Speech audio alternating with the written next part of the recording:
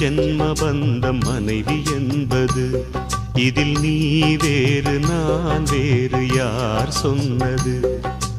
கல்யாணமே ஒரு தெய்வீகமே, சம்சாரமே அதன் சந்தோஷமே. ஒரு வானும் நிலவும் பிரிந்து வாழுமா? ஏழேழு ஜென்ம பந்தம் மனைவி என்பது. இதில் நீ வேறு நான் வேறு யார் சொன்னது?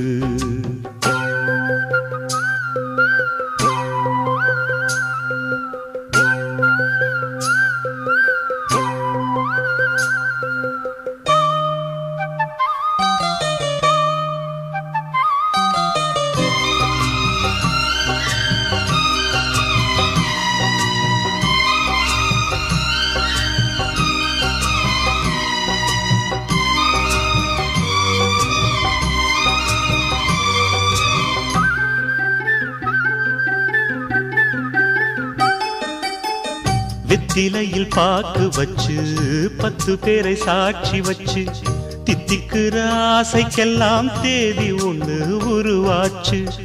அக்னிய சாட்சி வச்சு கைவிரலை சேர்த்து வச்சு, இன்பம் துன்பம் இரண்டிலுமே இணைந்திருக்க முடிவாச்சு.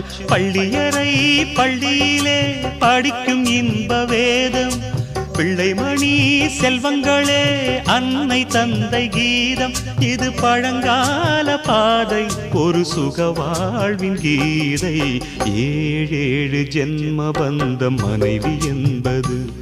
இதில் நீ வேறு நான் வேறு